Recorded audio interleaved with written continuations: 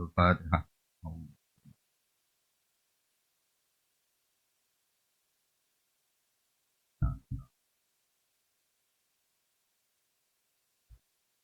Ya, iki langsung mawon de nama-nama niki didaftar mawon teng pangeran. Tani mlebu swarga. Karena benar-benar memalukan misalnya dipanggil profesor doktor ternyata masuk neraka itu.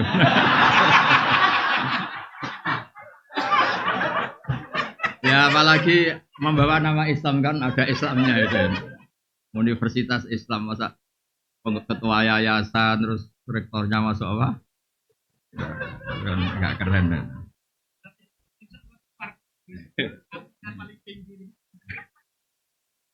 Jadi ya ini rileks saja karena saya tidak bisa serius. Yang serius itu yang mikir-mikir yayasan itu.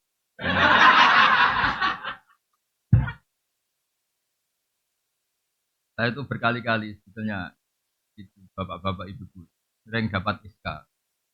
Nah SK apa saja dari ormas maupun dari kementerian. Jadi saya itu jarang terima bilang iya itu. Karena saya ini penganut ilmu hakiki. penganut.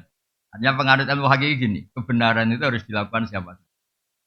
Jadi kalau di yayasan modern itu kan nunggu dapat apa? Jadi jangan-jangan kalau ada orang tenggelam nunggu belum ada SK untuk nolong. Jadi belum ada surat tugas. Gitu. Makanya banyak dosen yang nggak bisa ngajar di kampungnya karena nggak ada surat tugas. Jadi banyak rektor itu bisa aja hidup di satu kampung yang tetangganya itu goblok semua karena rektornya itu nggak mau ngajar karena nggak ada apa, nggak ada SK. Makanya saya itu termasuk orang yang yakin memang harus ada struktural, harus ada apa. Saya pernah diskusi sama rektor UI ini sama-sama pakai nama apa Islam.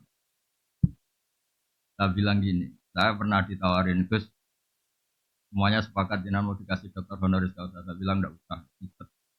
Saya satu takut masuk neraka, dua takut kalau pas gak punya uang. Masa dokter gak punya uang?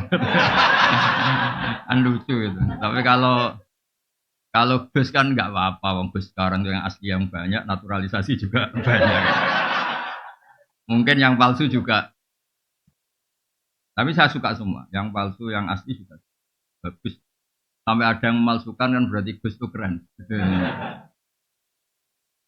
Ya biasa aja. Begini, saya cerita.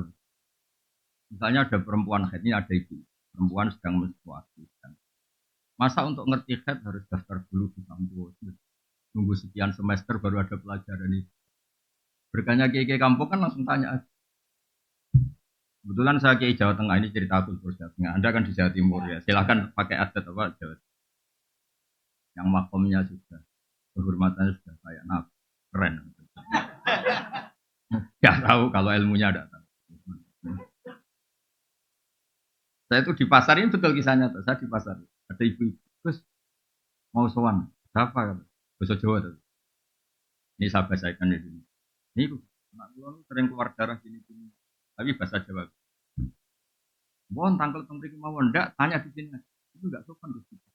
Lebih enggak sopan kalau ke rumah saya ganggu saya.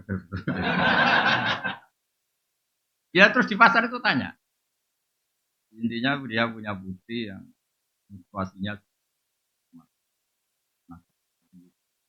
nah, dan ini gimana? Bilang, oh itu istihadah. Jadi head yang normal itu yang acuan keluar darah normal itu belum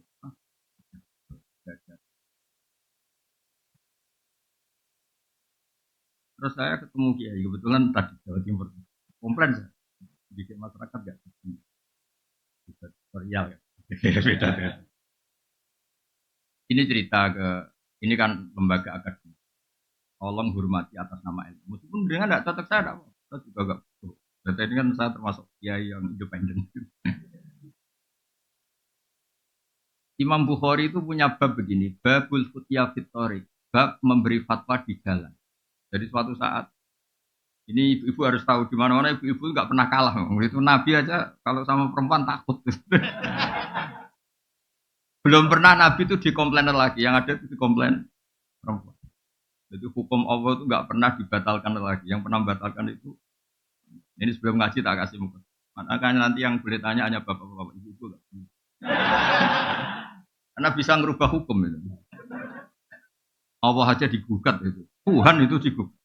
Makanya di Quran ada surat Mujadilah. Yang benar itu bacanya Mujadilah yang level A. Tapi umumnya orang baca apa? Mujadalah. Itu karena ceritanya itu perempuan penggugat. Imro'atun Mujadilah. Itu Nabi pertama yang digugat. Jadi dulu itu ada hukum. Dihar itu setingkat tolak. Nabi menjawab sama. Hukum Islam kok gini, hukum apa? Nanti engkau salah laporkan Tuhan. Nabi diancam gitu. Pertama ya Allah, qala allati yujadiluka. Di Bukhari itu ada babul futyah bitorib, bab tanya hukum dan difatwakan di jalan. Jadi Nabi itu ada konvoi mau haji, mau Nabi loh yang haji itu, nggak ada kuota. Nabi haji aja. Terus ada perempuan, kebetulan cantik. Ini penting kata cantik karena nanti yang jadi masalah ini karena cantik. Berarti dia cantik. Nabi dipegang saja kendali ontanya. Ya Rasulullah, ini mau kafilah haji. Ya, wah sayang ibu saya sudah meninggal. Ada sebagian lagi tanya, bapak saya sudah meninggal. Itu dipegang di tengah jalan. Dan saya tahu, andaikan bapak saya masih hidup, beliau pasti. Apa perlu saya hajikan mengganti beliau? Ini awal-awal haji badal. Jadi yang tahu dalilnya saya yang nikmati travel. Karena travel. Makanya saya itu betul. Saya itu orang paling dihormati para travel karena kalau nggak tanya hukum tanya saya. Tapi saya tidak pernah dapat laporan labanya. Tapi saya itu orang kaya. Makanya pantasnya saya itu masuk surga karena sudah benar. Ya kayak gini kan, yang nyari ilmunya saya, cari referensi Unisma yang tinggal make. Padahal yang nyari-nyari kan. Ya gitu nanti dipakai dalil kayak orang pinter gitu.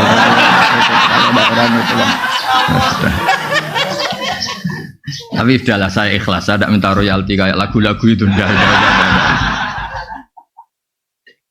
Ini gara-gara cantik, ini cerita bahwa dunia mulai dulu tidak ideal. Nabi pas itu tuh boncengin sepupunya, namanya Fadl bin Abbas.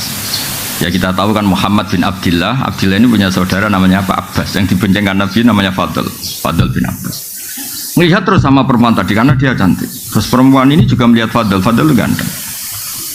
Jadi mulai dulu entah atmosfer akademik atau atmosfer sosial tetap yang masalah itu yang mulai dulu fitnatur rijal ma'an nisa dan sebaliknya terus. Walhasil tuh falam wa wajal Fadl sebelum Nabi menjawab pertanyaan itu falam wa wajal Fadl. Wajahnya Fadl itu agak disingkirkan karena terlalu ditengokkan, dialihkan. Tapi bikin masalah baru, pamannya agak terima, abahnya agak terima. Abbas itu pamannya Nabi, berarti bapaknya Fadl. Lawaita ibna ammik, masa kamu sama sepupu kamu gitu? Jadi mulai dulu masalah. Ngadepi orang cantik ya masalah, ngadepi orang sentimen ya masalah, ngadepi kampus bayar ya masalah, nggak bayar lebih masalah. Karena nggak bisa hidup. Jadi dunia mulai dulu tempatnya masalah. Karena dari awal liyabluwakum ayyukum ahsanu amala. Jadi sebelum pertanyaan dijawab itu ada kasus-kasus kecil begini. Terus Nabi menjawab, Aro'aiti laukana ala abiki dainun akunti qadiyatahu. Kalau andekan bapak kamu punya hutang, apa kamu bayar? Iya ya Rasulullah. Ya sudah, fadainu wa ahaqqu bil qada, utang haji bapak kamu harus kamu bayar. Itu Imam Bukhari itu tidak dibabkan di bab haji, dibabkan bahwa seorang mufti, seorang kiai itu boleh menfatwakan hukum di tengah jalan. Tapi saya kiai Jawa Tengah, Anda tidak harus niru karena Anda kiai Jawa Timur. Itu bisa masalah besar, itu dianggap tidak sopan santun. Tapi segampang itu Islam dikelola Nabi. Orang di jalan, Nabi loh, bukan sekedar rektor, Nabi. Sayyidul awalin wal akhirin. Ketemu di jalan, dicegat, ditanya, nggak tersinggung. Nabi. Iya. Rektor takut ketua yayasan sekarang. Struktur zaman akhir itu repot. Rektor juga takut sama ketua yayasan. Takut betul loh, karena yang bisa tanda tangan itu ketua yayasan itu. Makanya saya di UI ikut yang yayasan aja biar keren, rektornya takut.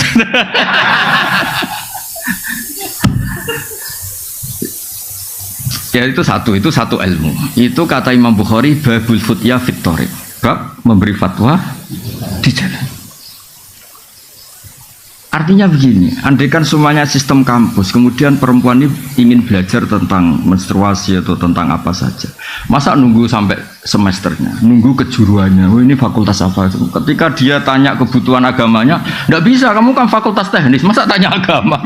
Padahal fakultas teknis juga butuh agama. Makanya menurut saya, Indonesia itu sudah bagus, ada struktural, ada apa? Kultural. Saya ini termasuk yang kultural, tapi kebetulan keramat jadi dipakai yang struktural seperti itu. Tapi saya tuh kalau dapat SK entah jadi apa, biasanya tak saya abaikan. Bukan karena sombong atau menolak. Memang nggak boleh kalau dua-duanya kekuatan ini sama-sama di struktural saja atau sama-sama di kultural. Karena kalau struktural tadi, masa orang tanya kebutuhan Islamnya harus nunggu sekolah di situ, nunggu semesternya berapa baru bisa diskusi sama dosennya. Itu pun kalau fakultasnya agama, kalau enggak. Makanya saya mohon kiai-kiai kultural itu ya harus alim betul, terus rileks. Saya itu memang nggak nerima tamu, tapi saya punya ngaji rebunan yang kayak begini. Orang bisa ngomong apa saja. Tapi biasanya laporannya sama, dimarahin istrinya. Laporannya sama. Jadi sahabat itu gak berani tanya Nabi, perempuan tidak saja dipegang ke dalam Nabi. Ya Rasulullah saya mau tanya, Nabi berhenti. Nah kemudian di bab haji, ini dengerin, di bab haji dibabkan lagi. Babu hajil mar'ati anir rojuli, sehingga di bab badal itu boleh silang. Normalnya kan lelaki diganti lelaki, perempuan diganti perempuan, tapi di bab ini, di bab kaji apa? Badal, itu lelaki boleh diganti perempuan, karena kasusnya tadi adalah perempuan mengganti haji bapaknya. Terus nanti suatu saat dibabkan lagi oleh Imam Bukhari babu niyabati hajil makdub, jadi tidak harus mati. Jadi dulu orang Indonesia itu kadang benar-benar agak kacau, bahasa kasarnya itu agak kurang ajar. Kacau sama kurang ajar ya beda tipis. Ada orang sudah sepuh, kaya, dia sudah agak setruk. Kalau haji langsung, apalagi pakai kuota apa plus, itu kan sampai berapa? Sekarang kalau langsung berapa? Berapa? 400. 500-an. Itu tahu tok apa melakukan ikut haji? Oh, nggak berani kan? Sekitar berapa? 500-an. 6. Kalau kaji amanat, kaji badal berapa? Kalau 15. Lu itu kiainya itu saking kacaunya tadi. Udah biar mati aja nanti lebih murah. Itu kan ngawur betul, makanya saya bilang itu ngawur betul itu. Udah ini cerita nyata. Kebetulan terus kiai ini itu nyuwun sewu ya, ngajinya itu kayaknya detail saya. Jadi saya dengar keluarganya bilang itu, panggil kiainya suruh menghadap saya biar mutola'ah lagi, biar belajar lagi. Belajar sama saya ada di Junisma, kan ini hukum sudah jelimet itu. Panggil terus.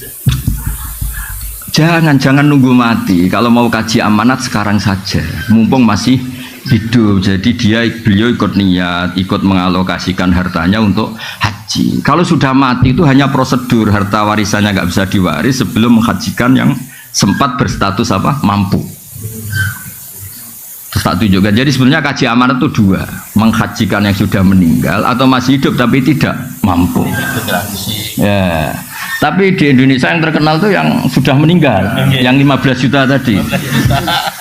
Nah kalau langsung, kalau orang kaya kan mustateknya haji plus, berarti kan 500 juta. Mendingan sudah mati kan tinggal berapa tadi? 15. Loh itu dijawab itu anaknya senengnya Masya Allah, karena dari 500 menjadi 15. Oh, ngawur betul itu. Efisiensi 400. Ya efisiensi itu, efisiensi. Terus tak marahin tuh. Enggak, jadi sebenarnya kaji amanat itu dua. Al-hajju anil mayyit, menghajikan yang sudah meninggal. Kedua itu anil makdub, kalau dalam saya disebut apa makdub, orangnya sudah tidak mampu apa haji. Nah, saya termasuk kiai yang ikut menggerakkan cara masif gimana kalau bisa itu mumpung masih hidup, sehingga ini ikut niat. Jong inovane dolai, mobilnya banyak untuk haji saya. Dia ikut intervensi, tapi kalau sudah meninggal mungkin dia Jadi kalau sudah meninggal sebetulnya mayatnya itu tak dapat pahala tanda tidak tahu saya. Karena sebetulnya ini hanya untuk menghalalkan tirkah, menghalalkan warisannya.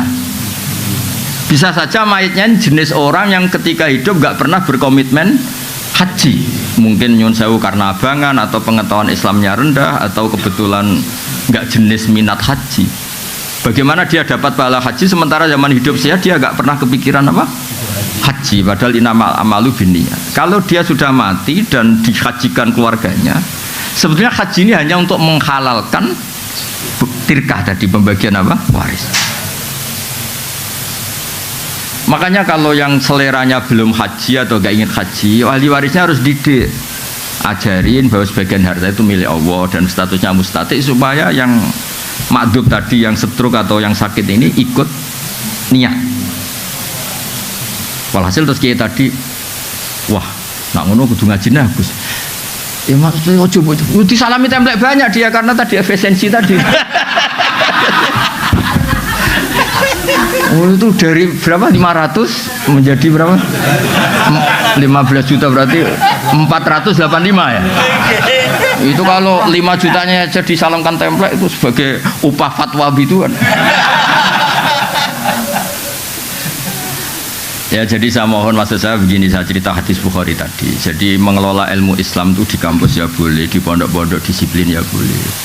Mengelola Islam kayak saya itu termasuk penganut Imam Bukhari. Jadi dulu itu Islam segampang itu. Nabi lewat ditanya, karena kalau orang sowan Nabi itu ya tidak gampang, beliau sibuk. Pernah ini satu kejadian dan ini saya tiru. Orang-orang Bedui itu kan punya etika. Jadi kalau mau sowan Nabi itu bengok-bengok. Nida itu bengok, manggil-manggil keras. Terus sama Allah ayat turun, innalladzina yunadunaka min wara'il hujurat aktsaruhum la yaqilun. Orang yang manggil-manggil kamu Muhammad dari luar kamar itu orang-orang enggak sopan. Terus walau annahum sabaru hatta takhruja ilaihim lakana khairal lahum. Jadi Nabi itu profesional, kalau sudah dalam rumah itu milik keluarga. Itu sahabat yang beretika enggak berani sowan, salam enggak berani. Tapi kalau Nabi sudah keluar ke masjid, itu mereka ngerti ini milik publik. Makanya walau annahum sabaru hatta takhruja ilaihim lakana khairal lahum. Kalau Nabi sudah keluar itu milik publik, terus mereka berani tanya. Jangan kayak orang-orang nggak punya etika, kayaknya pergi 3 jam, 4 jam baru masuk rumah, assalamualaikum, padahal kayaknya mau ke kamar mandi mungkin. Itu diatur oleh Islam. Sehingga kita kan, saya misalnya yang saya alami, saya kan sudah fair ketika begini kan, istri saya tidak ganggu saya, anak saya, karena sudah milik publik. Boyo kalau sudah di rumah itu milik keluarga, makanya dulu sudah diatur sedemikian rupa. Tidak tahu kalau di daerah kamu melakukan ini apa enggak, tahu. Kadang-kadang kiainya juga senang ditamoni lah, itu kan ya sudah nggak tahu, itu kan haknya, itu kan apa haknya. Nah saya di sini juga hak saya, ini wilayah saya, teritorial saya. Sehingga momentum Nabi lewat itu penting bagi orang-orang yang punya peradaban, karena ngerti ini Nabi kalau sedang di luar itu milik publik. Itu disebut walau annahum sabaru hatta takhruja ilaihim lakana khairal lahum. Jadi kalau mau komunikasi dengan Nabi, nunggu Nabi itu keluar dari area privat keluarga. Ya Pak Rektor nih, kalau pas di luar kan jenengan milik kamu, kalau sudah di rumah kan enggak tahu, jangan-jangan disuruh nyuci piring sama istrinya. Karena sekali di rumah itu bisa hamba sahaya itu. Itu kan bisa masalah itu kan. Loh itu semua orang soleh. Yang paling masyhur kan cerita Umar itu. Umar kayak apa kerasnya itu. Itu di atas rektor itu Umar. Oh itu ada orang sering dimarahin istrinya matur ke Umar. Di rumahnya kebetulan. Habis itu pas itu istrinya jebodar jedar itu. Sampun ya Amirul. Lu sampun gimana? Kamu belum matur kok sampun. Ternyata apa? Ya hanya itu aja. Ternyata jenengan yang ngalami. Ya makanya kalau rektor di rumah jangan ada yang main ke sana, itu wilayah-wilayah privat itu. Bisa masalah besar itu, wah. Apalagi pas dimarahin di video. Wah.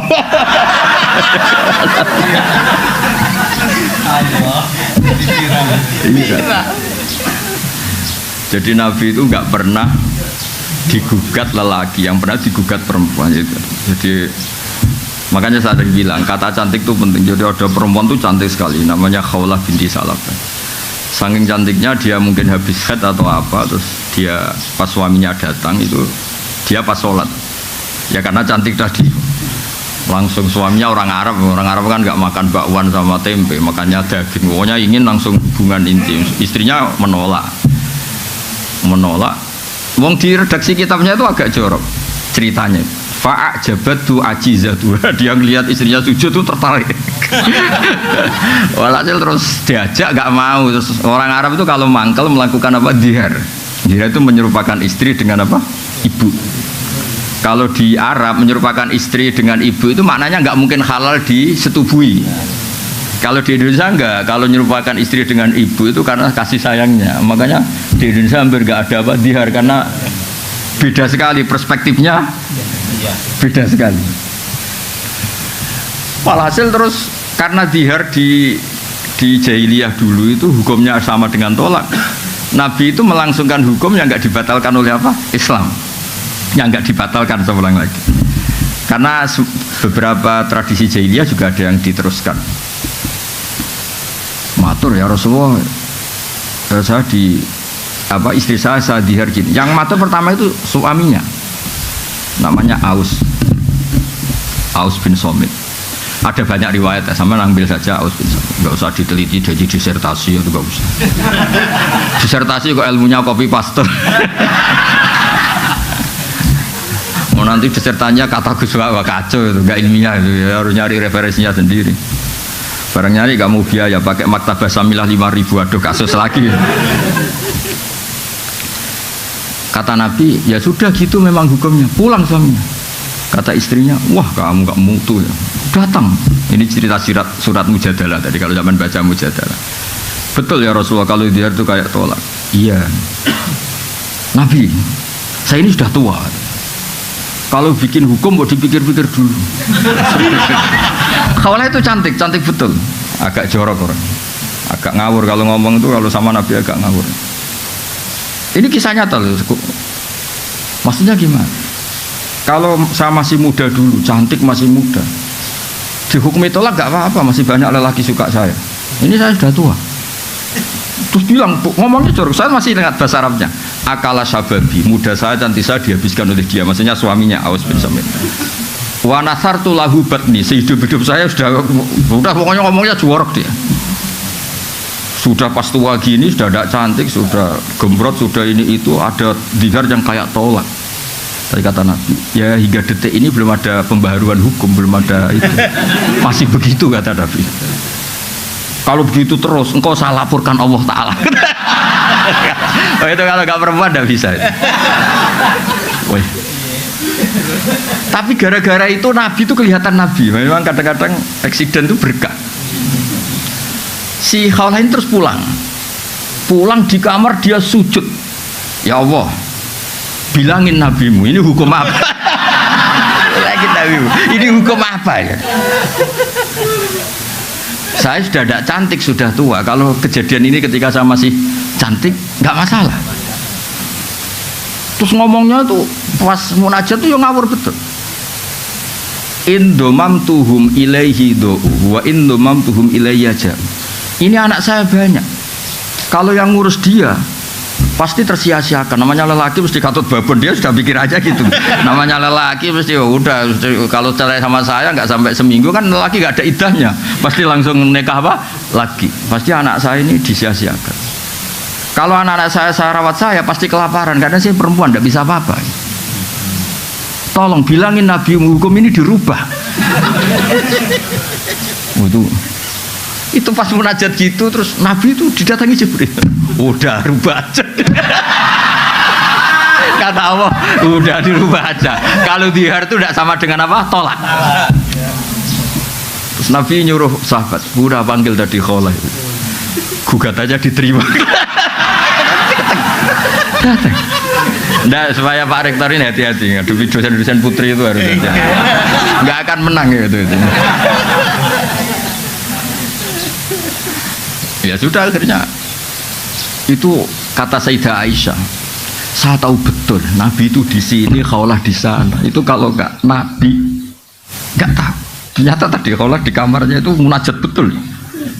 Makanya disebut qad sami Allah qaulal lati tujadil. Tujadiluka itu bukan diskusi, mujadalah itu ada ngawurnya. Bahasa Arab mujadalah itu beda. Mujadalah itu ada ngawurnya, ada kasarnya. Bukan tas tafti. Kalau tas tafti itu minta fatwa masih normal beretika.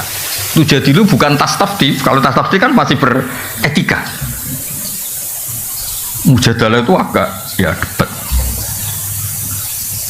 Ya kembali ke tadi, berkahnya Indonesia itu ada struktural, ada kultural. Kalau struktural semua, masa orang tanya hukum nunggu semester berapa, nunggu ya pelajarannya harus gitu terus. Tapi yang kultural ya nyon sewu harus niru ya mirip-mirip saya tadi gitu, sehingga ada babul futya fitorik. Jangan yang kultural juga ikut struktural. Bisa jam sekian. Lah kalau misalnya yang tadi, yang kasus yang tanya saya tadi, kalau dia istikhadah kan sebetulnya hukumnya sama dengan perempuan apa suci. Coba kalau saya jawab besok aja ke rumah saya, berarti hari itu kan belum tahu hukumnya dia. Padahal hari itu dia sudah harus sholat duhur, sholat asar, sholat maghrib. Apalagi kalau di Unis suruh daftar dulu, registrasi dulu.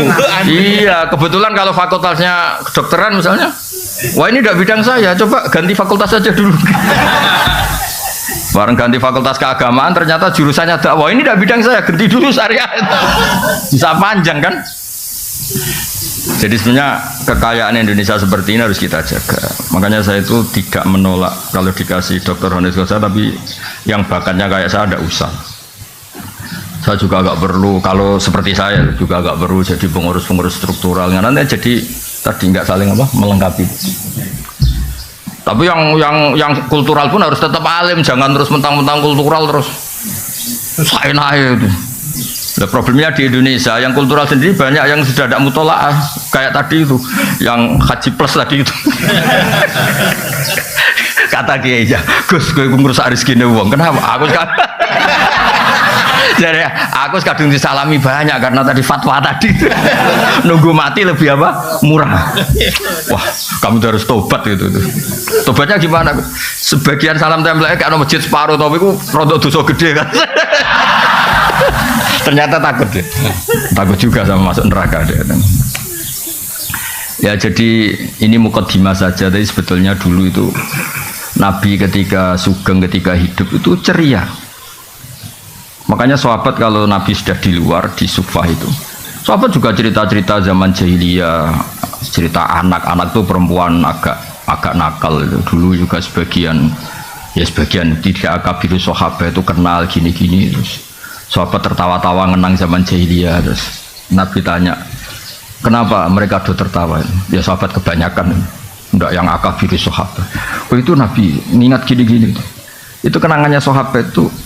Fayat haku mimma nathak. Nabi itu tertawa dari apa yang kita bisa bikin apa? Tertawa. Intinya ya ceria ya. Sehingga makanya Nabi itu kadang tanya hal-hal yang menurut etika Jawa itu enggak etis, tapi Nabi tanya. Ada orang namanya Handolah. Orang mati syahid harusnya kan enggak usah dimandikan. Ini Handolah ini mati syahid tapi malaikat sibuk memandikan. Nabi kan jengkel karena prosedurnya fikih kan enggak perlu dimandikan. Nah, akhirnya ini gimana ini Alhamdulillah itu akhirnya melihat malaikat sibuk mandi kan Nabi kan ini gimana ini malaikatnya ini fikihnya gimana kan harus.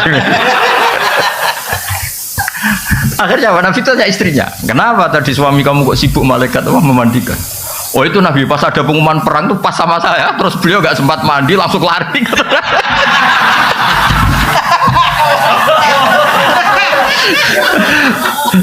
Nah, akhirnya malaikat kan yang ribet itu Pak.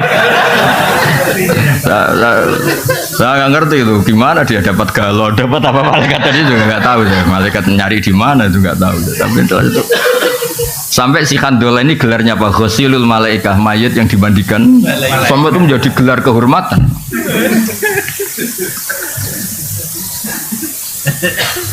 Jadi cerita yang kultural. Ada lagi sahabat yang dipanggil Nabi malah lari, dipanggil malah. Ini cerita orang Arab. Itu tanya, kenapa engkau lari saya panggil? Nabi, saya tadi pas sama istri saya, jadi saya masih junub. Kalau ketemu engkau saya malu karena saya belum suci, belum mandi besar. Terus kata Nabi, innal mu'min thahirun. Kalau sekedar ketemu ya enggak apa-apa, yang enggak boleh itu sholat. Kalau ketemu saya juga enggak apa-apa. Tambah dipanggil tambah lari. Untung nggak ada sungai berantas, kalau cemplung repot. Artinya gini, dulu itu ini cerita ya, tanpa mengadili. Soalnya ini cerita tanpa mengadili. Dulu belajar Islam tuh ya gampang begitu. Ada kejadian gitu, jadi hukum. Oh, orang junub itu tetap boleh ketemu kiai, ketemu nabi. Nggak harus daftar, nggak harus registrasi, terus nggak harus apa, nggak harus apa.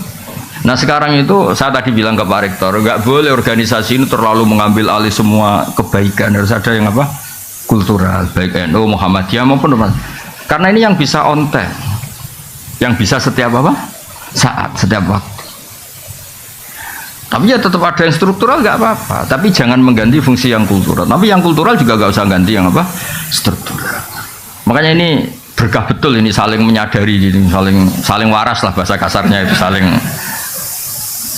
Karena selama ini kadang-kadang itu dipertentangkan. Padahal jelas kalau pertanyaan-pertanyaan di jalan atau apa yang struktural kan nggak bisa mewakili ini, karena harus daftar dulu, fakultasnya harus ini, semesternya harus semester berapa baru mengkaji ini. Dah ya jelas ya. Nah, ini yang mulai ngaji ini tak baca ini nih. Nah, ini serius itu tak kasih referensi tadi. Nah, ini saya baca terjemahnya dulu. Ini kan di Syekh Nawawi itu ayat dia kasyirata mustaqimah, kata Syekh Nawawi fi tablighir risalah wa iqamati alamatir riyasah fala yabqa may yaqdiru alal iqra alal kufri. Ya ini saya terjemah, ya terjemahnya dibaca sendiri. Jadi begini ya, Islam itu membawa kebenaran, tapi kebenaran ini kan masuk ke ruang publik. Ternyata benar saja tidak cukup, karena benar itu bisa di objek cemoohan, objek eksploitasi dan sebagainya, karena masuk ruang apa? Publik. Sebab itu Nabi itu butuh kemenangan, karena beberapa aturan itu nggak bisa diterapkan kalau tidak posisi menang. Dulu yang namanya Ka'bah itu ada 360 berhala. Bisa apa orang yang membawa kebenaran kalau tidak posisi apa? Menang. Ka'bah bisa ditertibkan dari berhala-berhala itu karena Nabi posisi menang. Makanya kata Syekh Nawawi, menang itu penting, kata beliau, sampai menang itu penting untuk memaklumatkan, untuk apa, mengawal kebenaran, sehingga falayab mayak biru alal ikro alal kufri, tidak ada lagi kekuatan yang bisa maksa orang Islam itu kafir. Makanya saya minta kalau misalnya kampus-kampus Islam itu besar kayak Unisma, ZUII besar, kebesaran ini bukan untuk kita tapi untuk Islam, supaya nilai-nilai Islam diterapkan itu lazim saja, bukan hal yang harus diperjuangkan dengan harta dan jiwa, tapi satu apa, kelaziman. Jadi menang tuh kalau di ilmu ini juga jadi berkah, karena beberapa kebenaran ini posisi kita harus apa, menang, karena masuk ruang apa, publik. Itu ada seorang yang cerita, dulu miskin terus kaya. Dia tuh ketika miskin jadi buruh, kebetulan majikannya non muslim, itu dia bingung usul prosedur untuk bikin waktu sholat. Setelah dia kaya punya pabrik, gampang kan? Udah kalau duhur jeda. Malah karena dia sosokan kiai yang nggak jamaah kasih sanksi. Intinya kalau menang itu kepena itu, tentu tidak untuk otoritarian atau apa. Sebab itu semua nabi itu pasti pernah dikasih menang meskipun di akhirnya itu. Karena ada kebenaran yang memang syaratnya itu harus posisi apa? Menang. Menang itu udah harus di struktural, tadi saya ulang lagi, di kultural ya. Saya pernah didolani lah, kalau bahasa kiainya mungkin disowani, didolani salah satu cucu pendiri NU. Orangnya sudah sepuh. Saya cerita, kalau masyarakat di Indonesia itu semuanya sholat, semuanya anti zina, anti merkosa, anti kriminal, nanti nilai bersama itu juga jadi ukuran calon presiden, calon bupati, gubernur. Karena satu masyarakat yang biasa sholat, biasa anti asusila, biasa anti perkosaan, pasti nggak akan milih bupati yang nggak sholat, bupati yang pernah kasus asusila atau apa. Jika nilai ini bisa menekan satu aturan, artinya kebenaran menjadi pemimpin, jadi panglima. Itu yang diinginkan orang-orang soleh dulu. Jadi kebenaran itu sebetulnya dengan tanda kutip bisa dipaksakan lewat kultural. Kalau nilai-nilai ini disepakati, kan pasti yang tidak seperti itu tidak dipilih kan? Karena nilai ini jadi konsensus. Makanya Quran ngakui wa'mur bil urfi, terus jadi kaidah fikih al adat muhakkamah, al adat muhakkam. Begitu juga di kampus. Ada aturan bersama, rektor itu begini, sholatnya sregep, beretika, tidak punya kasus ini. Jika nanti pemilihan juga berdasar itu, yang jadi juga berdasar kriteria itu. Dan kita bersyukur di Indonesia itu, karena yang dianggap mungkar oleh agama juga dianggap mungkar menurut kepolisian, menurut kejaksaan, kayak korupsi, asusila, pemerkosaan, pembunuhan, narkoba. Yang mungkar menurut agama juga pidana menurut negara. Nah, itu berkah.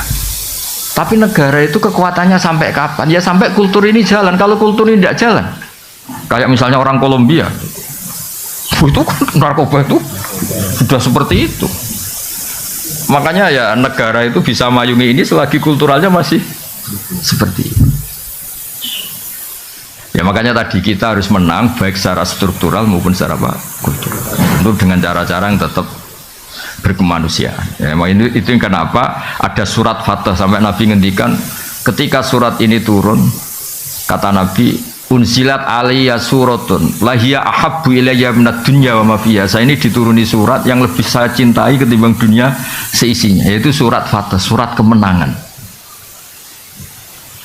Ya makanya Syekh Nawawi ngendikan menang kitab tabligh risalah wa iqamati alamati riyasa fala yabqa mayaqdiru alal iqra alal kufri. Ya jadi kemenangan kita ini untuk itu. Terus saya teruskan lagi, ada lagi di Sahih Muslim, al mu'minu al qawiyyu khairun wa habbu ila Allah minal mu'minid dhaif. Ya kita-kita yang jadi tokoh itu harus menjadi orang mukmin yang kuat. Jangan kalah oleh zaman, jangan kalah oleh macam-macam. Wa fi kullin khairun ikhris ala ma yanfa'uka wasta'in billah wa la ta'jas. Wa in asabaka syai'un fala taqul anni fa'altu kadza wa kadza walakin qul qaddara wa ma syaa. Fa inna law taftahu amala syaitan. Ya, saya ulang lagi, mukmin yang kuat itu lebih baik ketimbang mukmin yang lemah. Karena berkahnya kuat itu bisa menghandle sekian masalah.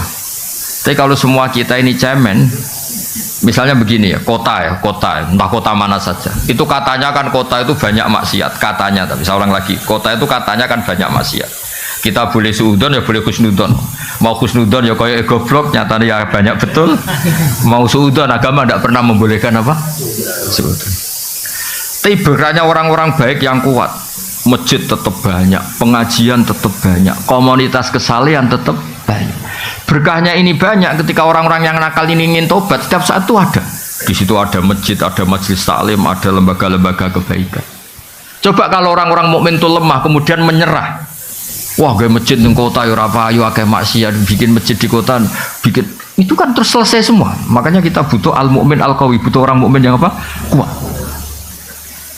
Contoh lagi di Inggris, di Jerman, saya tuh sering ngaji virtual sama teman-teman yang di Jerman di mana-mana. Mahasiswa Indonesia di salah satu kampus sana itu kadang jumlahnya hanya 50, 40, tapi bikin komunitas pengajian. Gara-gara ini jadi komunitas, lama-lama kebutuhan kampus itu disahkan punya apa? Masjid.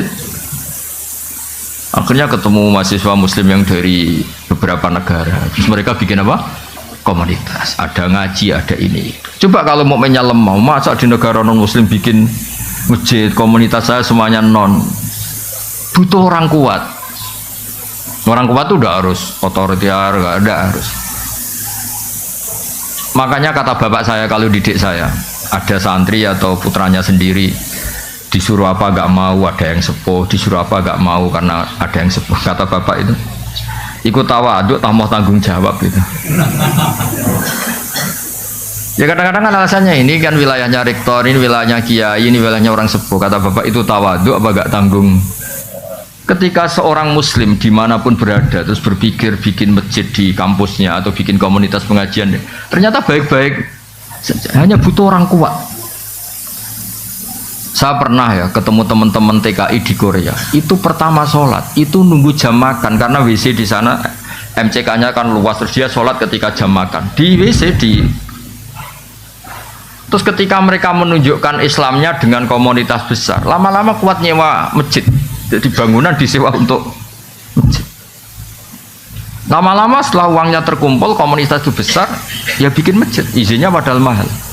Itu kalau orang-orang tidak bernyali tidak bisa. Maksud saya ngaji ini supaya jenengan yang di Sunisma itu tambah kuat. Kita kan kultur punya, SDM punya. Masa kalah sama TKI yang di beberapa negara itu bisa bikin masjid, bisa bikin komunitas. Ya makanya Nabi muji. Dan yang saya senang ini kan ada kata-kata wa habbu ilallah, bukan sekedar lebih baik, lebih dicintai Allah. Jadi Anda bisa jadi wali lewat jalur jadi orang kuat. Ya kan disebut dicintai Allah itu artinya kan wali. Khairun wa ahabbu ilallah. Ya terus ini yang terakhir ini, saya termasuk sering ngaji, sering berpolemik di bab ini, tapi saya pastikan fatwa saya ini benar. Ya itu yang di Fathul Mu'in itu. Jadi begini saya gambarkan ya. Dulu sebelum ada NU berdiri itu kan Mbah Wahab sudah bikin namanya Taswirul Afkar, apa? Taswirul Afkar. Cara pandang, logika yang itu penting Bang, cara pandang. Misalnya gini. Ya contoh gampang kalau di Indonesia misalnya MUI lah yang resmi negara. Di satu daerah itu ada kandidat ketua MUI atau misalnya enggak MUI kepala desa lah. Kalau yang jadi si A ini jadi kacau kampung ini karena dia suka judol, suka judi online, suka macam-macam. Kalau yang jadi kamu karena alumni Zunisma itu soleh lah, soleh memaksakan, soleh asli, wah soleh gitu. Sehingga kalau yang jadi lurah itu kamu itu kan orientasinya mungkin ini baldatun thayyibatun. Sudah yang ngaji-ngaji aja gak apa-apa. Ya.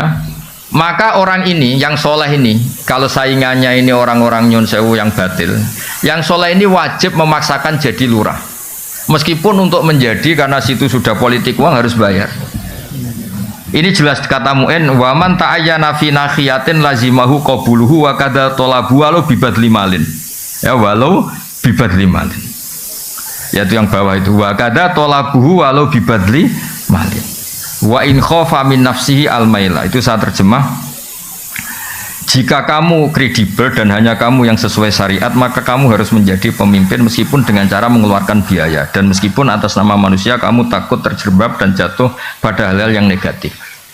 Karena tadi ketika yang jadi lurah itu kamu, orientasinya kan gimana kampung ini mau sholat, gimana kampung ini nyon sewu gak ada prostitusi, gak ada narkoba, ada. Orientasi kamu kan islah, membuat masyarakat ini baik. Maka kamu ini harus mengeluarkan biaya. Saya pernah ditanya, Gus itu apa tidak suap? Yang dikatakan suap itu pembiayaan yang hak jadi batil, yang batil jadi hak. Ini kan enggak membiayai hak menjadi hak.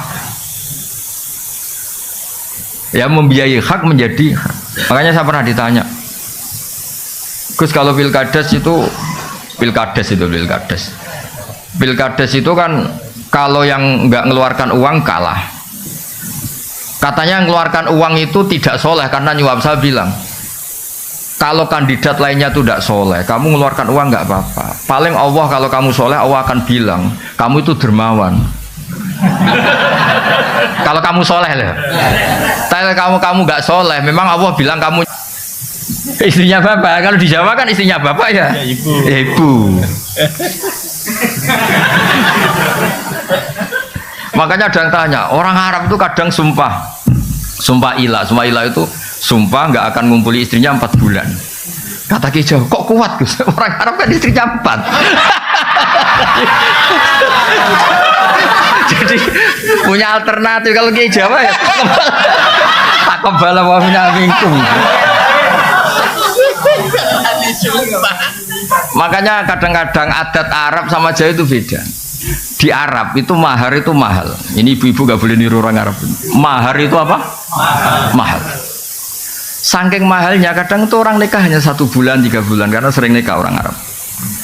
Karena mahar itu mahal, misalnya 1 miliar 200 juta 3 mahar itu mahal. Kalau di Indonesia kan seperangkat alat. Saya tuh sering nikahkan tuh sampai bosan yang namanya seperangkat alat apa? Nah itu sama Allah sampai dibilang gini. Ini sama Allah sama dibilang gini. Kalau kamu punya istri dan kamu ceraikan, fala ta'khudhu minhu syai'a, mahar yang sudah kamu kasihkan jangan ditarik kembali. Karena butuh pelarangan, karena jumlahnya besar itu butuh pelarangan. Fala ta'khudhu minhu syai'a, mahar yang sudah kamu berikan jangan ditarik lagi karena jumlahnya ratusan juta. Kalau di Jawa gak usah dilarang, tidak akan diambil lagi. Karena seperangkat alat sholat. Ya itu kalau cerainya sudah setahun kan sudah lusuh. Makanya Mbah Mun tuh sering bilang, iki fikih Arab. Artinya gini, teori itu nggak kebayang di Jawa itu ada pelarangan nggak boleh ngambil, nggak usah dilarang juga nggak ngambil. Kalau di Arab dulu itu ada sahabat nikah itu maharnya itu kebun kurma luas sekali. Makanya orang Arab sekali nikah itu ya terus istrinya tuh tenang hidupnya, nggak kayak dinikahi dosen Unisba tuh. Apa itu? Nggak jelas itu. Ya betul itu. Pernah dengar tuh istilah khulu itu? Khulu itu seorang istri mengakati suaminya supaya mau menceraikan, tapi si istri bayar. Itu di Arab mungkin. Jadi singkat cerita ini dikasih satu kebun kurma luas. Istrinya nggak seneng karena cowoknya ini nggak ganteng, nggak menarik. Soalnya melihat suaminya itu bawaannya kayak melihat gerduo, nggak seneng. Kan ada orang-orang yang raine segala musibah itu kan ada orang yang itu kan nggak tahu lahirnya kenapa itu kata itu. Mau dibarengi apa nggak tahu. Kalau dukun mesti ngerti ini karena salah tanggal lahir mungkin. Itu kata pertama ada ayat khulu itu tadi. Kalau kamu minta diceraikan ya bayar mahar yang sudah kamu terima kembalikan lagi. Itu sampai ada ayat fala junaha alaihi terus fi maftadat bi. Napa fi maftadat bi. Kalau di Indonesia ya tidak mungkin. Khulu coba mahar yang sudah saya kasihkan saya lagi dikasihkan seperangkat alat. Ya lusuh lagi itu kan. Jadi kadang-kadang perasaan fikih Arab sama Jawa itu beda. Makanya saya pernah tanya santri, Gus kok zaujatu abika nggak boleh menikahi istri bapak kamu? Ya ada kepikiran nikah lah Gus, itu kan ibu saya kata. Oh dasar Kiai Jawa kata saya itu. Di Arab itu ada ummuka, ada zaujatu abika.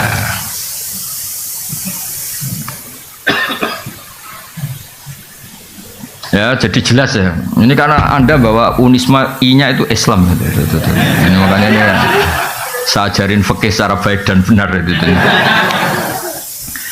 Ya, jadi saya senang sekali karena ini bertemunya tadi struktural sama kultural. Saya tidak hanya mencintai NU, ya saya juga mencintai Muhammadiyah. Semua ormas yang sehat di Indonesia formal itu saya mencintai. Soal kultur NU ya NU karena kita pesantren, tapi tetap kultur itu harus di atas struktural karena tadi struktural itu untuk menjaga stabilitas dengan konstituen yang kaitannya negara. Tapi kalau kultural itu setiap saat, setiap waktu kan orang kan nggak mungkin tanya pengurus PBNU, pengurus wilayah, tanyanya kan sama kiai setempat meskipun nggak punya jabatan apa struktural. Ini harus diuri-uri struktural ini. Jangan kok, tapi kadang-kadang yang struktural ya mangkal, yang kultural juga mangkal loh, terus hasut terus itu, karena dia nggak dapat fasilitas mobil cabang NU mana gitu. Kalau yang pengurus struktural kan ngalor ngidul bawa apa? Mobil, itu bisa diding-diding ngatur-ngatur. Kadang-kadang yang kultural itu ya drengki terus. Lah saya ini kan kebetulan saya pribadi kebetulan kan yang kultural yang keramat jadi nggak perlu iri gitu karena saya punya mobil, punya umat, punya komunitas. Yang enggak itu kan bisa perhasutan yang jalan itu. Terus saya bilang, gue kere ra ikhlas malah rokok kata saya. Gue nak wis kere menisan apa? Ikhlas. Jadi kalah dunia menang akhirat kata saya. Jangan kalah dunia kalah akhirat itu. Terus ya Gus astagfirullah. Astagfirullah terlambat kata saya gitu. Karena tadi berkahnya kultural itu orang bisa tanya setiap. Ini yang terakhir saya contohkan masalah istikhadah tadi. Nabi itu punya ipar namanya Hamnah binti Jahsh. Ya soalnya Hamnah binti Jahsh karena Nabi punya istri namanya Zainab binti Jahsh. Punya ipar namanya Hamnah binti Jahsh. Itu kalau tanya Nabi, ya Rasulullah saya ini sering keluar darah gini-gini. Terus kata Nabi, ya sudah kalau melewati adat haid kamu, maka itu istikhadah. Oh lebih dari itu Nabi, cara sekarang ya sudah kamu pakai softtek, lebih dari itu Nabi, ya sudah diblebet, lebih dari itu. Pokoknya dia ngomong lebih dari itu. Saking kuatnya darah yang keluar. Itu Nabi yang menjawab. Jadi yang nggak diketahui nyun sewu kiai yang etis, yang ngomong etika terus, itu sebetulnya nggak pas juga di bab-bab fikih. Hal yang paling pribadi, paling nggak pantas itu dulu Nabi itu ngalamin itu. Maksudnya saya ini agak nyindir rektor tuh enak. Di ruang tertutup kalau mau ketemu aja ngelewati berapa baru. Waduh. Itu nemuin Nabi sama rektor gampang nemuin Nabi.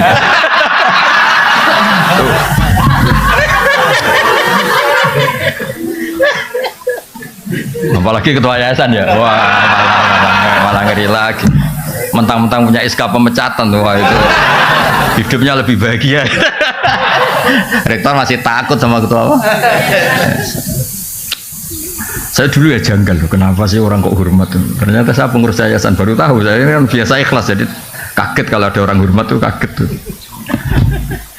Tanya. Makanya saya tahu kenapa istihadah itu rudat ilal adat, dikembalikan adat. Terus kata Nabi, fatahayyadi sab'ata ayamin au sittata ayamin. Kamu haidnya dihitung 6 atau 7 hari sebagaimana hari-hari ketika kamu normal. Qabla ayusi bagi ma'asobaki. Sebelum kamu kena penyakit itu biasanya haidnya berapa hari? Yaitu dipakai apa? Acuan. Yang di atas itu dianggap apa? Istihadah. Itu jadi sama jangan bayangkan Nabi itu prosedural, mau ketemu rektor janjian dulu, terus yang jaga sudah dibeli, mau ketemu Pak Rektor sudah janjian. Saya tuh apa lagunya orang struktural.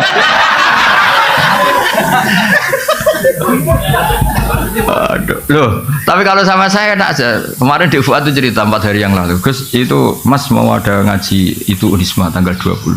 Saya tuh tidak bantah. Pokoknya kalau saya pas nganggur ya saya ngajar. Saya cuma profesional nyiapkan makalah. Saya ini memang pengagum ilmu. Saya tidak pernah ngaji seenaknya, nggak pernah saya. Tapi kalau tanggalnya saya bilang kalau ditakdir saya pas di rumah tak ujar, kalau tidak apa-apa. Pikiran saya sederhana, Mas. Mereka ngecewakan saya, tidak akan saya kualat kata saya. Saya tuh kadang-kadang dudang pengajian tuh tersinggung tuh begitu. Masa ya kita ini kan manusia ya, punya aktivitas, punya waktu, punya kegiatan, itu yang ngundang. Harinya dia yang menentukan, jamnya yang menentukan. Kadang jumawa saat temanya dia yang menentukan. Ini, wah, hanya mentang-mentang kadang-kadang iso nyangoni siapa itu. Wah, sangat tidak berakhlak tuh menurut saya. Loh, saya bikin analogi itu begini, tapi tidak semua kiai harus kayak saya tok aja yang begini, ngawur-ngawur sedikit. Itu kan ibarat gini, saya ini misalnya dokter, ada perempuan cantik, engkek itu.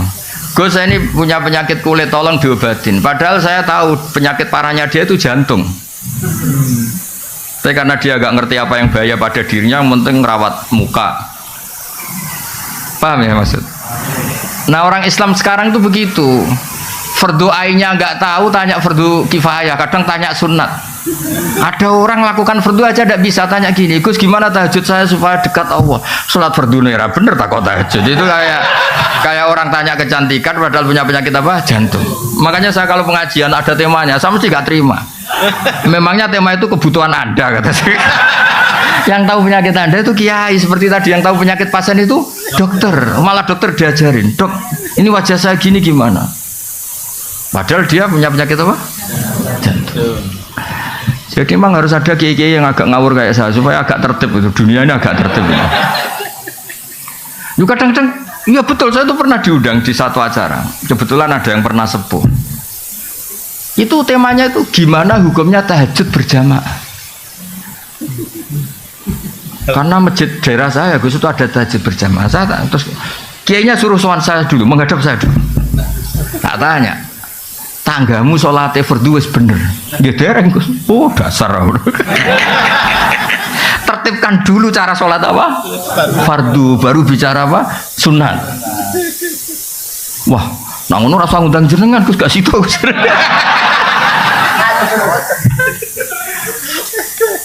Tapi akhirnya mereka terus sadar, tak angan-angan bener Gus, fardu bener kok tak kok. Jadi kadang-kadang orang Indonesia tuh aneh. Tapi kebetulan aneh ini yang melakukan banyak terus tidak aneh. Tapi kita sebagai orang terpelajar itu harus mulai mikir gimana supaya kita ini diskusi Islam secara baik dan benar, yaitu harus takdimul fardhi alas sunnah, harus prioritas itu. Jadi dulu ini ceritain kembali lagi ke tadi. Dulu zaman Nabi itu gampang. Ada orang Bedui tanya, ya Rasulullah, betul engkau Nabi? Itu kalimatnya kasar betul. Antal ladzi tas'umu. Tas'umu itu agak kasar. Kamu yang ngeklaim kalau kamu itu Nabi. Tas'umu itu klaim, bukan takulu. Tas'umu ngomongnya orang Arab. Engkau yang ngeklaim kalau diri kamu Nabi. Kata Nabi, iya kata. Betul Allah nugaskan kamu. Iya kata Nabi. Nabi masih datar, ya terus. Apa ajaran Tuhan kepada kamu?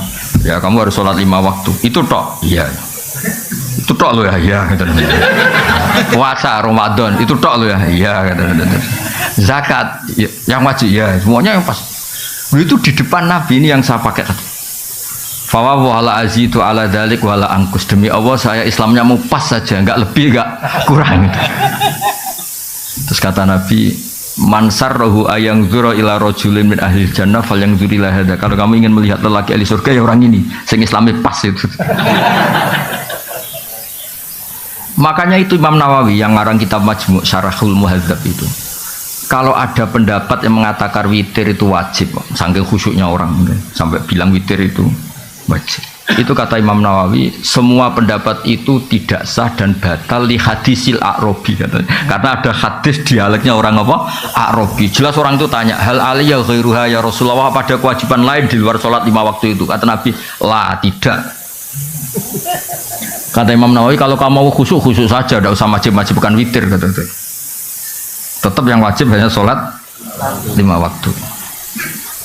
Nah ini enggak tanya fadilahnya jamaah sholat. Kalau tanya malah tak jawab. Sholat fardu itu menurut Imam Ahmad itu jamaah itu syartun fi sihhati sholat, bukan sekedar pahala 25 atau 27. Riwayatnya kan 25 sama 27 sesuai kualitas apa jamaahnya. Itu menurut pendapat Imam Ahmad, sholat jamaah itu syartun fi sihhati sholat. Untuk menjadi sholat sah itu harus berjamaah. Makanya alhamdulillah kita Syafi'i. Kalau Ahmad, wah masalah itu kamu. Alasannya masuk akal. Alasannya Imam Ahmad begini. Kewajiban itu bisa diukur dengan tingkat digugurkan kalau ada kondisi emergensi darurat. Sholat khauf, sholat ketika perang itu rumit apa enggak? Rumit kan? Ternyata oleh Allah tetap disuruh jamaah. Sampai kaifiahnya susah kan? Iya. Coba. Wa idza darba li salim antak in khiftum ayo sampai itu ketika kamu sholat wa idza qamtum faltakum ta'ifatun wal ya'khudhu aslifa idza sajadu falyakunu miwaraikum tus wal ta'ti ta'ifatun ukhra falyusall. Wes pokoke walhasil kaifiahnya tuh ruwetnya itu gantian. Dan itu tetap jamaah. Jadi kalau ada yang sujud, ada yang tetap berdiri jaga musuh. Kalau ada ini sudah berdiri, gantian itu yang sujud. Lam yusallu ma'aka fal wal kayak apa?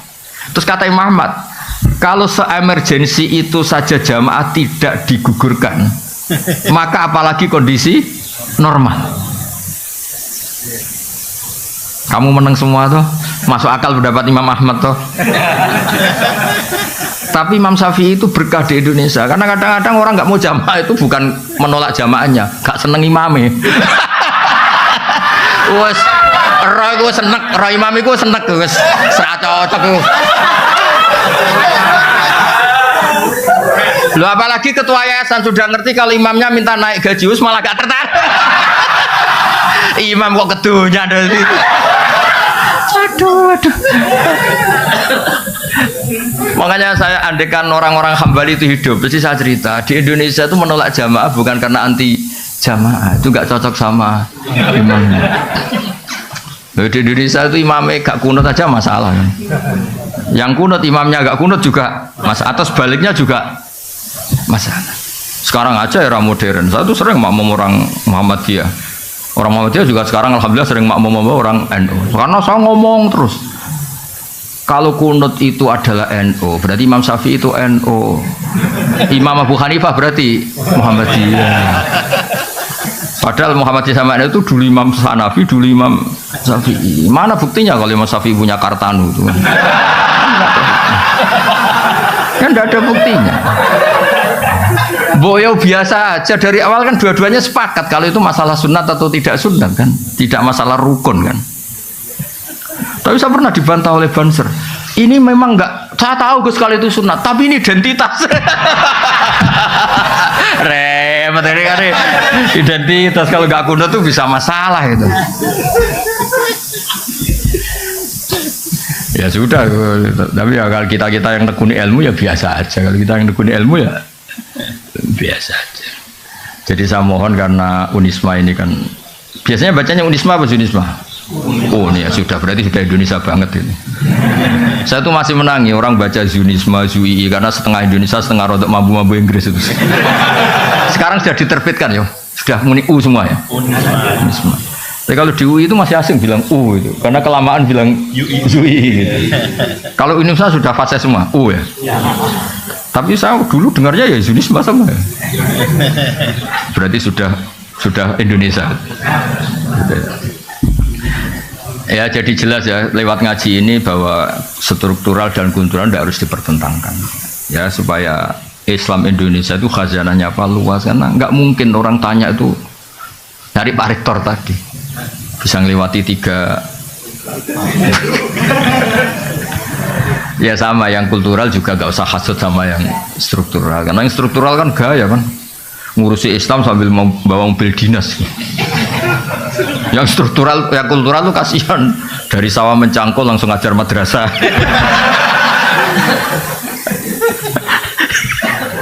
Kasihan, muridnya 8 kadang hadir hanya 2, nakal.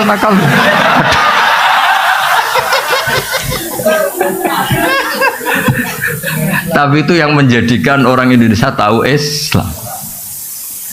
Makanya saya setuju sama doa-doa, makanya doa kita itu walil mu'minin al mu'minat itu semuanya didoakan, karena yang terlibat membesarkan Islam, menghidupkan Islam itu semuanya, bukan kita tok. Ya semuanya bukan kita tok. Saya sering ditanya di pedalaman Kalimantan, Gus saya ini di pedalaman Kalimantan wajib Jumatan enggak? Ya secara fikih enggak wajib karena belum perkampungan. Masalahnya jamaah saya itu jamaah ngaji, kalau dijak sholat duhur gak mau, Jumat kok duhur. Aneh kan, hari Jumat kok duhur. Ya sudah kalau gitu Jumatan. Katanya tadi gak wajib, dia ini rodok santri, semeneng nara wajib terus rasido gitu.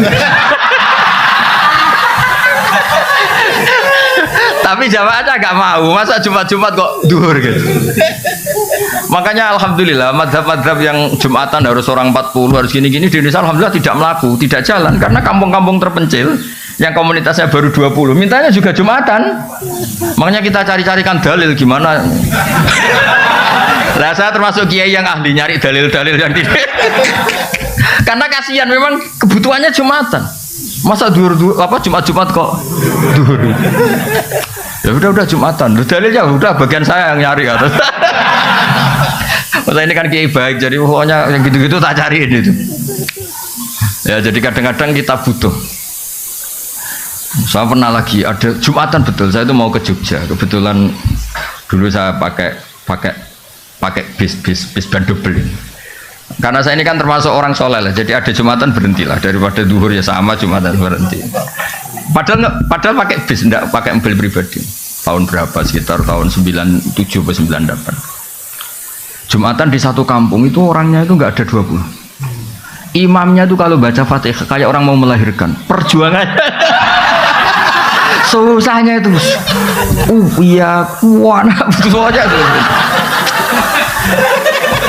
Saya itu bawa santri 2, kebetulan sudah tamat alias, sudah pinter, ngajinya sudah mahal. Dia ikut saya di Jogja itu karena sorogan kitab Mahali, padahal kitab Mahali itu kasnya di atas Fathul Mu'in, sudah termasuk kitab besar lah.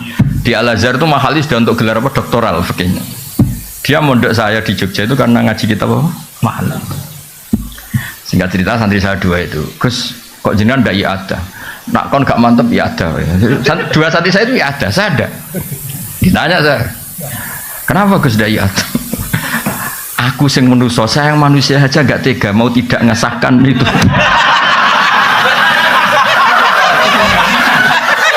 Apalagi Allah yang Rahman Rahim, melihat perjuangannya di situ kayaknya pasti sah. Tadi ditanya, ini fikih apa? Ya fikih husnudzon kata saya. Padahal sebetulnya saya itu punya madhab-madhab Hanafi untuk mengesahkan yang seperti itu, tapi saya tetap guyon ini fikih husnudzon.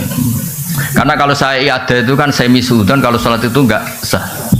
Jadi kamu itu benar secara fikih, tapi nanti dihisab karena suudzon.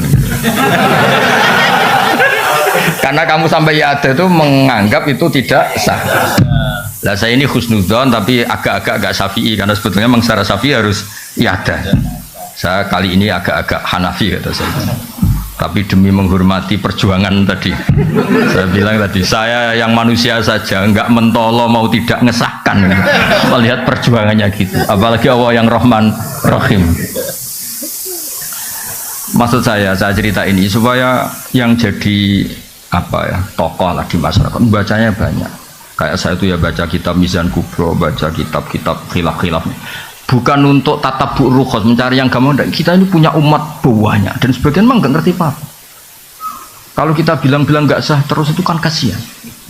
Ya kan orang awam tuh kalau mau ruko ada ngenoto saronge itu, wah itu ubah 3 kali itu nggak sah, kan jadi ribet. Ya, semangat ya muni rasa itu kan. Mbok ngaji itu yang luas itu sehingga bacaannya banyak. Makanya saya tuh ngadepi orang Junisma apa tenang saja, bukan karena cuma bukan. Itu sinaune akeh aku dari tenang. Ini bukan urusan sombong tapi urusan profesional apa? Supaya jelas itu apa? Aturan mainnya itu jelas. Jadi nggak boleh orang itu. Ya bener bapak tadi kalau nasihat saya, iku tawaduk ora tanggung. Itu bapak saya. Jadi kalau ada orang alim kok ndak ngajar atau mau apa sungkan itu tawaduk bukan tanggung. Jadi karena bedanya tipis ya. Ada kejadian kebalikannya, orang sudah sopo ngimami aja dibopong, diangkat. Alasannya beliau itu istiqomah. Alasannya karena mulai muda sampai tua itu jadi imam masjid. Itu berhentinya jadi imam masjid, padahal dibopong. Kalau mau khutbah itu dibopong, diangkat 2 orang, 3 orang ke mihrab itu. Marinya itu dia berhenti dari imam masjid itu digojol bapak. Iku istiqomah tak mau digenti. Terus sama bapak digojlok. Alumni pondok Didi nganggur gara-gara kiai-kiai kok jenengan. Maksudnya agak ada regenerasi.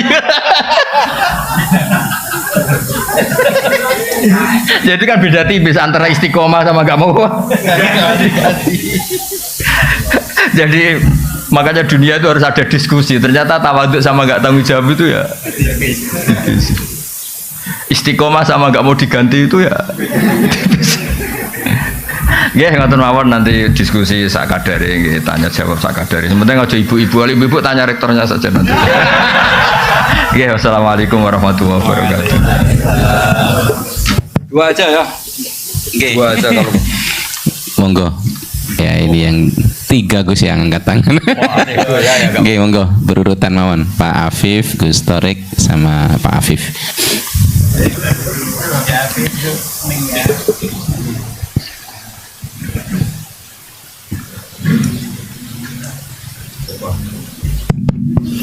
Ya, bismillahirrahmanirrahim.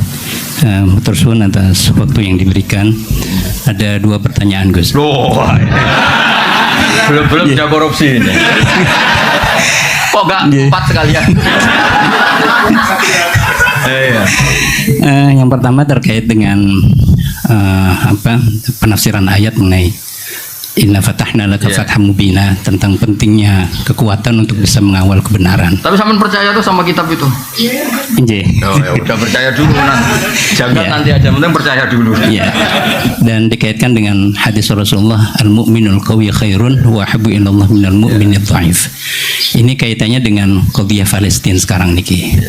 Di mana sudah setahun lebih ini kan tertindas dan ada wacana untuk kemerdekaan Palestina ya, tapi dengan beberapa syarat ya, di mana di sana ada 2 faksi, ada faksi Fatah yang lebih memilih jalur diplomasi dengan Israel dan juga Hamas yang lebih memilih untuk mukawamah ya. Nah, selama ini perundungan ini masih alot gitu, dan apakah yang dipilih oleh Hamas untuk terus melakukan perjuangan hingga mendapatkan kemerdekaan ini sebagai sebuah cerminan dari al-mu'min al-qawi, atau justru cara Fatah yang ingin melakukan menghasilkan perdamaian ini melalui jalur diplomasi. Yang kedua terkait dengan masalah fikih. Dari apa yang panjenengan sampaikan tadi panjang lebar, saya menjadi teringat dengan sosok ya Kiai Harismatik ya, Kiai Haji Ahmad Sahal Mahfudz. Beliau dikenal dengan fikih sosialnya. Dan tadi kalau berbicara tentang asbab nuzul mengenai surah Mujadilah itu kan menarik sekali ya. Jadi ada semacam perubahan ya hukum ya yang dari awalnya itu tidak boleh menjadi boleh ya. Nah, kalau kita kaitkan dengan fenomena sekarang ini, kita juga mengenal ada yang disebut dengan fikih progresif ya. Jadi apakah memungkinkan ya dengan kondisi real di masyarakat sekarang ini, ketetapan hukum itu yang sudah ditetapkan dalam Al-Quran bisa berubah ya secara hukum dengan menyesuaikan kondisi di masyarakat. Bukankah tadi dari asbabun nuzul ini ya kemudian ditetapkan dan itu menjadi syariah. Nah, apakah syariah itu sesuatu yang tetap atau memungkinkan untuk bisa berubah dari yang halal menjadi haram ya, misalkan dari yang makruh menjadi dan sebagainya. Saya bisa jadi mahasiswa. Gak mau kalau contohnya. Ya, matur suwun Gus. Dua pertanyaan itu. Ya. Yang kedua monggo Gus Torik biar berurutan. Assalamualaikum warahmatullahi wabarakatuh. Ini namanya siapa tadi? Afif. Pak Afif. Afifullah atau Afifuddin? Afifullah. Nggih. Mohon izin Kiai mau bertanya. Awalnya banyak pertanyaan tapi takut dianggap korupsi jadi satu mawon insyaallah. Jelas korupsi itu Bang. Karena Universitas Islam Malang itu ada Islamnya, maka biasanya ngomongnya sama rektor. Ada banyak sekali kajian-kajian fikih di dalamnya. Dan dalam kajian fikih kami itu ada kajian fikih as'ilah farodiyah. Jadi segala macam persoalan yang diawali dengan huruf lau, andai gini gitu. Teringat tadi ada kisahnya Handolah, kemudian ada yang ini jima dan lain sebagainya. Ada satu soal farodi yang mungkin niki kami butuh pencerahan dari Bapak Kiai. Butuh pengkhayalan kamu. Mboten. Jadi Kanjeng Nabi niku dawuh wa fi bud'i ahadikum shadaqah. Jadi kalau mau sedekah itu enggak harus pakai uang, bahkan memberi nafkah batin kepada istri itu juga termasuk ibadah sedekah ngoten. Istrinya mau ya. Okay. Nah, ada soal farodhi niku ngeten. Itu kan ngasih nafkah batin ke istri kan ibadah. Kemudian mendengarkan rekaman. Kalau istrinya nolak berarti nolak ibadah ya maksudnya. Mboten. Kalau farodhinya ngenten Yai. Ngasih ibadah, ngasih nafkah batin kepada istri itu ibadah. Nah, kemudian mendengarkan murotal kaset itu juga ibadah. Kalau saya memberikan nafkah batin sambil mendengarkan murotal,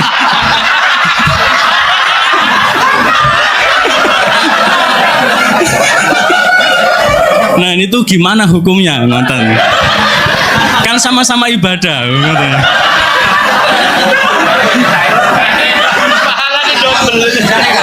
Turun, sampun.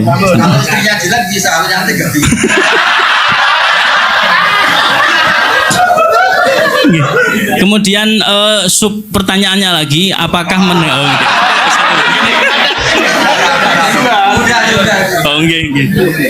jadi murotal tadi apakah wajib kita mendengarkannya ngoten? Karena rekaman nggih. Baik, yang terakhir perkenalkan, nama saya Afifuddin dari Fakultas Ilmu Administrasi. Namanya siapa? Afifuddin. Beda dengan ini, Afifullah. Ya, Afifullah. Kalau ini muannas, yang saya mudzakkar. Baik, saya tidak keluar dari konteks dan saya tidak korupsi. Saya hanya satu ucapan saya di dalam hadis Sahih Muslim, al-mu'minu al-qawiyyu khairun wa habbu ilallah minal mu'minu adh-dhaifi. Yang jadi pertanyaan saya adalah bagaimana apabila ada orang kuat punya kemampuan tetapi lebih memilih uzlah seperti yang dilaksanakan oleh Imam Ghazali ketika menjadi rektor di kampus An-Nizamiyah. Kemudian beliau menemukan segala sesuatu yang mengatakan bahwa saya harus lebih uzlah daripada jadi rektor, saya keluar saja, saya uzlah saja di masjid sampai akhirnya bisa menghasilkan karya yang monumental yaitu Ihya Ulumuddin. Jadi mohon arahan dari Gus Pak lebih arahan ke rektor disuruh ngomong saya jelek. Maksudnya ini uzlah, kamu yang rektor. Mohon arahnya Gus, antara uzlah dengan menjaga kekuatan itu lebih bagus mana? Terima kasih. Begini ya, sesuai kaidah ilmu wala taqfu ma laysa laka ilm ya. Dengerin dulu ini Mas Afifu ya. Sebetulnya masalah Hamas Fatah itu setahu-tahunya kita itu lewat media. Saya ulang lagi, setahu-tahunya kita ini lewat media. Kita nggak tahu persisnya. Yang kita tahu hanya persisnya secara hukum kita harus bantu Palestina dengan segala cara, dan alhamdulillah Indonesia termasuk negara yang mulai zaman Pak Karno sampai sekarang selalu mengakui kemerdekaan apa? Palestina. Tapi kalau pada level teknis membandingkan Hamas dengan Fatah, saya itu pernah punya buku tentang Yasir Arafat, ditulis wawancara, penulisnya itu wawancara dengan Yasir Arafat. Kalau baca itu seakan-akan yang masuk akal ya Fatah lewat diplomasi itu. Tapi melihat sekarang Israel begitu seakan-akan Hamas yang masuk akal. Tapi saya ulang lagi, hal-hal seperti itu setahu-tahunya kita tetap lewat media. Itu kan sama dengan fenomena ormas-ormas keras di seluruh dunia. Kadang-kadang nyun sewu ada penumpang gelapnya yang sedang nggak suka pejabat yang sedang apa jabat. Jadi tidak, ini bukan urusan sudon dan sudon, sama-sama acak secara ilmu itu potensi itu ada. Makanya kita nyari ilmu yang paling aman, bahwa membela dengan segala kemampuan yang tidak punya efek ke Indonesia itu wajib, tapi dengan syarat tidak punya efek ke Indonesia. Karena kita bela Indonesia itu berdoain, karena ini negara kita, bela mereka itu sudah berdikifayah. Punya efek ke Indonesia misalnya gara-gara rakyat Indonesia itu terlalu aktif, mungkin terjadi objek sasaran mereka, kan berarti kan punya akibat ke Indonesia. Terus Kowi itu bisa Kowi visioner. Saya beri contoh, dan ini pasti benar, bukan karena saya ngomong, tapi ini karena hadis sahih. Kowi itu bisa cara visioner, apalagi ini lembaga kampus, lembaga akademik. Sulhul Hudaybiyah itu semua perjanjiannya itu merugikan umat Islam, semuanya. Sampai saking secara fikih itu pasti salah. Saya ulang lagi, secara fikih itu pasti salah, bukan mungkin salah, tapi pasti salah secara fikih lah. Itu sampai Umar tuh tanyanya Nabi itu dari awal tuh, alastabi Rasulillah, apa engkau masih Rasulullah? Karena kok semua perjanjian yang merugikan umat Islam kau iakan, apakah engkau masih Rasulullah? Dan Nabi itu tenang, ya saya masih Rasulullah. Nabi ya santai, tidak marah. Tapi kenapa engkau beri kehinaan ke kita dan engkau memberi kehormatan pada orang kafir? Jawabnya Nabi, ana Rasulullah wala yudhi'anillahu abadan, saya ini tetap Rasulullah. Itu diantara perjanjian gini, kalau orang Islam masuk kafir itu suruh biarin, karena kembali ke habitat. Karena Islam itu asal usulnya kafir, sehingga kalau masuk kafir disuruh biarin. Kalau kafir ke Islam harus dikembalikan, karena ini bid'ah. Loh betul, Abu Jahal kalau ngistilahkan Islam itu ila dinin mubtada'in, agama yang apa? Bid'ah. Semua itu merugikan umat Islam. Terus Nabi hanya minta, sudah turutin semua. Terus kamu minta apa Muhammad? Dari pihak kafir namanya Suhail bin Amr. Saya minta ruang diskusi tentang Islam dan kafir itu dibuka seluas-luasnya. Dan tidak ada halangan, diskusi terbuka. Oh enggak masalah Muhammad, diskusi saja. Itu perjanjiannya 10 tahun, hudnah itu genjatan senjata. Ini ketok, Kowi itu bisa visioner. Ternyata apa? Setelah diskusi terbuka, gimana? Tuhan satu sama banyak itu rasional mana? Ya rasional satu, masa Tuhan dengan Lata Uzza rasional? Ya rasional Allah. Lata Uzza kok Tuhan gimana? Dia hanya batu ini. Kalau Abu Jahal sama Muhammad ya bener, Muhammad Abu Jahal ora tahu bener. Walhasil semua diskusi itu akhirnya mereka menyimpulkan dari diri mereka sendiri kalau mereka itu alal batil. Gak sampai 2 tahun mayoritas orang Mekah itu menyatakan Islam. Itu kata sarah-sarah hadis Nabi itu coro sekarang menyelipkan satu hal yang nanti positif selamanya. Mergo Nabi pede kalau diskusi itu terbuka pasti orang tahu mana yang hak mana yang batil. Ya sama, ada orang yang mengusulkan kalau Palestina itu masuk komunitas internasional dengan cara diplomatik. Sekarang misalnya Perancis sudah ngakui. Dunia itu pasti menolak kebiadaban. Soal waktunya terserah Allah, tapi tetap trennya itu menolak kebiadaban. Jadi itu pentingnya Qawi secara visioner. Kayak tadi yang saya utarakan tadi. Saya ini manusia, saya tentu punya nafsu, punya selera, punya keinginan. Tapi sudah saya hitung. Kalau saya misalnya mau jadi dokter honoris causa atau mau jadi rektor misalnya, itu kan orang masa tanya fikih seruwet itu. Tapi kalau ada yang kultural kan kayak jenengan gini, ujung-ujung pengen ngaji di saya, terus ngaji itu aja. Coba kalau ngaji direktor, cari itu dosen yang ahli itu, yang bagian itu, ayo wajar. Wah enaknya jadi rektor kan, kalahnya sama ketua yayasan. Coba kalau Islam gitu mau dikemanakan ya? Tapi ya kita butuh, karena yang jadi menteri tentu yang punya gelar, yang macam-macam. Jadi Qawi itu bisa Qawi secara apa? Bisa. Terus contoh menaik di Uni Soviet, Mas Afifwa. Saya punya teman banyak yang kerja di sana. Saya kan karena kerja di Jogja punya teman yang kerja di Jerman di mana-mana. Itu cerita. Ketika Uni Soviet runtuh, yang peristiwa Glasnost itu kenapa ceknya tetap Islam, Uzbekistan tetap Islam. Saya juga pernah ketemu orang Uzbek di Malaysia. Di Malaysia apa di Korea itu ketemu ulama Uzbek, itu cerita mereka tuh punya ruang-ruang di bawah tanah untuk ngajari anak-anaknya tauhid, sehingga ketika secara lahir itu komunis ateis, sebenarnya mereka itu punya tauhid. Maka ketika keluar dari Uni Soviet itu tauhid gak pernah hilang, jadi barokahnya kayak Madin. Jadi terus mereka milih jadi tetap negara Islam, Uzbek ceknya. Artinya apa? Ketika secara lahir mereka terkooptasi oleh paham ateisme, paham komunisme, mereka ternyata di keluarganya tetap menanamkan apa? Tauhid. Makanya ketika tauhid ini nggak pernah hilang, terus negara merdeka ya langsung tetap jadi negara komunitas Muslim. Maka di antara visi Quran itu tentang kalimat tauhid itu begini: wa ja'alaha kalimatam baqiyatan fi aqibi. Kemudian Ibrahim menjadikan kalimat tauhid sebagai kalimat yang abadi di anak turunnya. Kenapa kata fi aqibi, bukan kampus, bukan pondok? Karena orang itu pasti ingin yang penting selamat tuh anaknya dulu. Makanya sebelum ke Unisma anak ini sudah muslim, sebelum mondok juga sudah. Ini pasti jasanya orang tua. Itu juga Qawi, maksudnya apa? Jadi itu juga visi yang, jadi Qawi itu tidak harus ya, jadi Qawi itu bisa sebenarnya. Ya kayak orang dosen-dosen ini kan kalau di rumah tidak Qawi, tapi setidaknya berangkat sepatunan, dasinan, paling enggak kan kelihatan enggak nganggur gitu. Ternyata apa? Di rumah disuruh istri, di kampus disuruh rektor. Itu Qawinya di mana kan enggak ada. Enggak ada. Iya. Qawinya ya tadi dilihat tetangga, wah keren dosen itu. Lah akibat dari nasibnya gitu, yang penting dasinya ditata rapi, sepatunya ditata, itu satu-satunya harga dirinya ya itu. Ya itu juga Qawi gitu loh.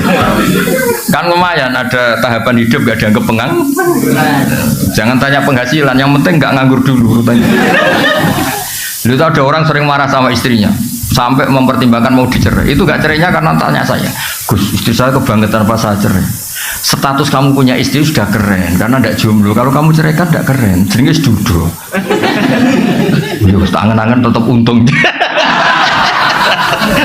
Tangan-tangan punya istri tetap untung.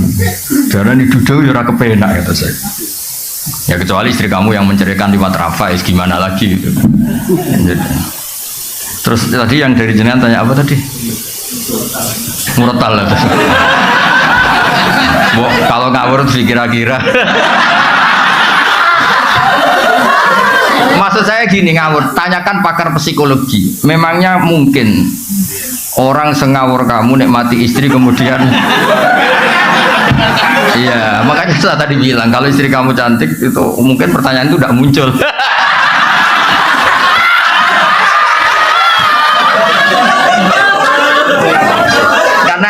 karena sambil kecewa makanya sambil bisa mendengarkan. Ya kan karena sambil kecewa makanya sambil bisa mendengarkan. Tapi kalau all out nggak bisa ya. Ya makanya pertanyaan tadi itu kadang-kadang ngawur itu ya penting. Jadi itu kan sebetulnya hadis itu bukan untuk tadi untuk fardiyah tadi untuk pengandian itu. Bukan untuk pengandian. Nabi itu ingin semua kebaikan itu sebenarnya mudah. Keseharian kamu itu sudah ibadah. Termasuk ngumpulin apa? Istri. Nah itu Nabi itu hanya ingin cerita tentang betapa mudahnya masuk surga. Makanya saya itu termasuk kiai yang menyetujui itu. Masuk surga itu gampang. Saya sering bilang ke jamaah saya, surga itu kan kamu sudah dikasih kuncinya, miftahul jannah la ilaha illallah. Neraka kamu tidak punya kuncinya kok bisa masuk. Harusnya orang itu nggak bisa masuk neraka karena nggak megang apa? Kuncinya. Kita ini kan hanya pegang kunci surga. Tapi ada orang kiai yang bantah, Gus mungkin neraka tanpa pintu. Jadi blank-blank saja. Terus saya bilang, tapi saya tidak tahu alamat neraka, saya tidak tahu. Yang saya tahu alamat surga. Makanya saya sampai sana. Kalau kamu mungkin tahunya alamat neraka, makanya kamu sampai sana. Ya kan jelas kan miftahul jannah. Orang udah pegang kunci kan menang ayam sudah. Apalagi kita ya kan orang pesantren sering tahlilan, kuncinya banyak. Mau lipat pintu mana kan kita sering. Ya kan kita kan sering tahlilan itu kuncinya kan. Jadi Nabi itu di hadis wa fi buti ahadikum sadaqah itu Nabi ingin memberi contoh segampang itulah apa masuk surga. Terus yang tadi yang Abi Budin tanya apa? Bagaimana uzlah dengan ngomongnya sama rektor.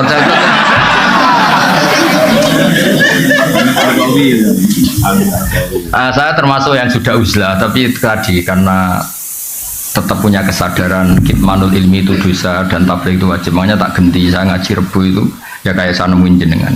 Saya sering cerita ke anak-anak saya uzlah itu enggak kena hisab Allah, karena praktiknya saya kalau urusan ilmu itu saya nerima tamu tapi hanya urusan ilmu. Kalau tamu-tamu apalagi adat NU itu kadang kan kacau, maksudnya kacau gini, kiainya itu istrinya satu, kadang tanya, Gus doain saya istri 4 tuh rukun semua. Aduh. Terus ada kiainya tuh karuan miskin, nggak punya pom. Saya sering punya tamu, Gus saya ini punya pom 2, doain laku semua. Itu kan bikin kiainya ngendong, kiainya saya nggak punya pom. Saya itu termasuk kenapa gak terima tamu itu dosanya tamu-tamu yang ngawur-ngawur itu termasuk itu. Saya sebetulnya termasuk kiai yang mapan ya, tapi mewakili kiai yang tidak mapan. Tuh sering kiai kampung komplain saya, Gus bener jenengan Gus, kadang kita izin kurang ajar terus serti aku melarat. Iso kon ndongakno pom, wong aku tuku bensin wae utang. Jadi kadang-kadang kiai desa mau gue jimat tok disangoni 1.000 iki dongakno toko kolaris ngene-ngene lho. Itu kan pamer halus loh, sebetulnya itu pamer halus. Jadi uzlah itu ya ada sebabnya, dipicu tadi kemarahan-kemarahan sama tamu-tamu itu. Loh, tamu kok sopan tuh gimana? Tema yang nentukan dia. Kita yang punya rumah mungkin kan punya masalah keluarga, tapi tamu itu kan yang menentukan tema. Iya saya mau nikah lagi, doain 2 istri saya rukun. Loh ini kan yang ngenes. Kadang istri satu saja mendekati cerai kok ada orang. Dengan Allah. Oh iya kan ngawur betul itu tamunya itu. Jadi sampean kan gak rasane jadi kiai itu kalau tamu itu macam-macam. Saya kan termasuk kiai yang gak pati tertarik kaji berkali-kali. Saya pernah haji. Itu kadang ada tamu travel tuh, saya doain setiap tahun bisa haji. Padahal saya tidak termasuk yang berpendapat itu penting. Tapi dia memaksakan untuk didoain tiap tahun bisa haji. Nah ngawurnya lagi kadang dia salam tempel di depan, kalau nggak bilang iya kan sungkan.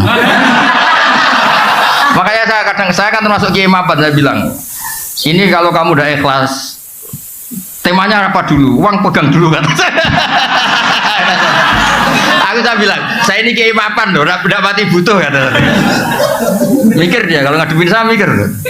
Wah repot Gus Pak. Saya bilang saya ini kiai mapan loh.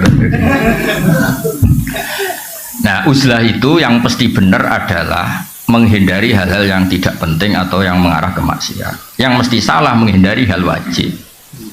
Maka cerita yang Imam Ghazali keluar dari Nudhami itu belum Anda teruskan. Sebenarnya Imam Ghazali setelah uzlah dan beliau menulis Ihya itu digojlok sama guru-gurunya yang wali-wali itu. Beliau mengalami kasyaf, digojlok gini. Enak-enakan kamu di sini. Dulu orang-orang baik itu wa'udhu fisabili, disakiti ketika berjuang belain saya. Nabi ditanya orang-orang Bedui, kadang menyakitkan pertanyaannya apa. Kalau kamu di sini enggak mengalami wa'udhu fisabili, makanya terus beliau kembali tapi tidak jadi rektor, terus bikin madrasah 2. Yang depan madrasah fikih, yang belakang madrasah tasawuf. Khonikoh namanya itu. Jadi akhirnya beliau kembali tapi enggak jadi apa? Rektor. Tapi tetap apa? Ngajar. Jadi kalau ke depan tuh ngajar apa? Kalau belakang ngajar torikoh kalau di Indonesia. Jadi nanti guri istighosah, nanti ngarep hada halal, hada haram. Kira-kira gitu. Jadi saya juga melakukan itu. Saya ini sudah uzlah, tapi kalau ada ngaji satu ngaji. Saya tuh kalau ngaji Jalalain itu setengah 12 sampai setengah 4 biasa saja, berjam-jam. Karena ngafaroi saya sudah tidak bisa nerima tamu. Tapi saya pastikan asal usul pemicunya itu tamu-tamu tadi yang saya sebut itu. Saya tidak pernah berdoa mereka dimaafkan Allah, sudah gak apa-apa, dimaafin apa enggak gak penting. Tapi saya yakin Allah itu memaafkan itu, sudah gak usah didoain tapi nanti Allah maafkan. Karena kelirunya juga keliru-keliru yang lucu aja. Saya pernah marahin tamu sampai sekarang ingat, dan marah saya pasti didengar Allah meskipun saya ada perempuan. Gak yang bisa tidak. Ada tamu, anaknya itu ganteng resik. Ini penting, kata ganteng juga penting karena ini kasusnya dia itu nggak punya apa-apa. Dia ganteng resik, tanya. Kebetulan pas surup, orang Jawa kan sandiolo, surup itu kan sandiolo. Surup-surup saya itu masih open house pas itu, masih nerima tamu. Guys, saya dari daerah ini gini-gini. Kebetulan orang Padi yang sekarang baru rame itu, kebetulan dia orang. Tapi ya kebetulan aja. Guys, gimana hukumnya lelaki yang marah sama istrinya terus bilang kamu itu tidak istri saya? Saya pertama masih datar, sekitar tahun 2006 lalu kan, masih terbuka. Bapak baru wafat, saya ngiyai kan baru 2005, ngiyai beneran resmi itu.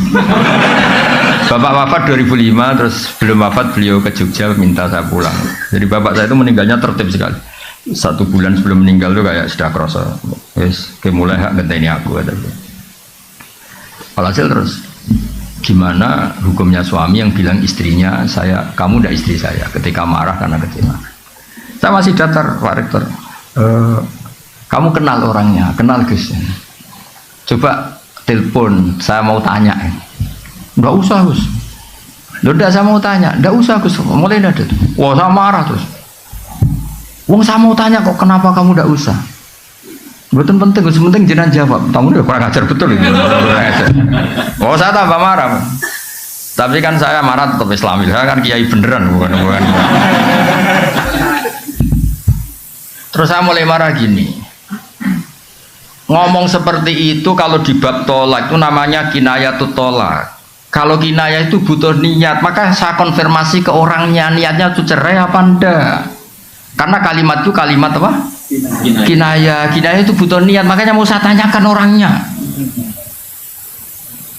Ternyata apa dia bilang? Niku kulo. Terus dia cerita, saya ini santri ganteng bro, entuk neng. Jadi saya itu getun ngomong gitu, karena saya jadi Gus ya karena dapat dia. Jadi dia bilang saya santri ganteng terus dapat nengnya. Kalau cerai betul Gus, nasib saya selesai. Jenis Gus naturalisasi tadi. Akhirnya saya tuh kan tadi saya bilang kan saya ini itu terbaik, tak tunjukkan takbir di I'ana termasuk kinayatut tolak itu lasti bizaujati. Ada orang ngomong lasti bisa kamu itu tidak istri saya, karena bisa saja niatnya itu lam tu amilni muamalataz zauja, kamu tidak memperlakukan saya sebagaimana istri. Jadi tidak sampai kotu ala kotin nikah. Ya seperti terus di Yana dicontohkan kama qala rajulu libnihi lasta bibni. Ada orang lelaki marah, kowe ora anakku, mesti ra anakku. Wong kok mangkel wong tua. Tapi kan dia juga gak ingin kalau anaknya kabur kan. Ketika kamu bilang kamu tidak istri saya itu ingin kamu apa? Ya ben ngergani kula kok ora kok sampai apa? Cerai. Ya berarti tidak cerai itu masih kinayah. Tuh jubalin nih kelakuan ngono kok. Ngel-ngel wong ngandani wong ora oleh nelpon bener. Ngapunten buahmu.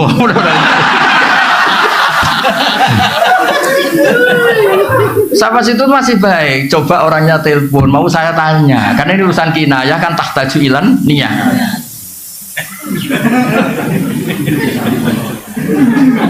Dia boten usah Gus, dia malah menggurui saya. Ndak usah Gus. Ndak usah gimana? Ndak usah Gus. Saya akhirnya nerangkan lafadz itu kinayah. Jadi saya butuh konfirmasi niatnya gimana. Lagi dek ngaku niku kula. Andai kan sudah peristiwa rame ini di TV, dasar wong pati gitu. Untung belum rame yang sekarang itu. Wah, akhirnya ya terus ada adzan maghrib, udah pulang takok wae suruh ribet teman. Jadi maksud saya tadi ya, saya mohon yang di Sunisma yang nekuni fikih itu kalau perlu gajinya dinaikkan Pak Rektor yang nekuni. Karena sudah pakai nama I itu apa?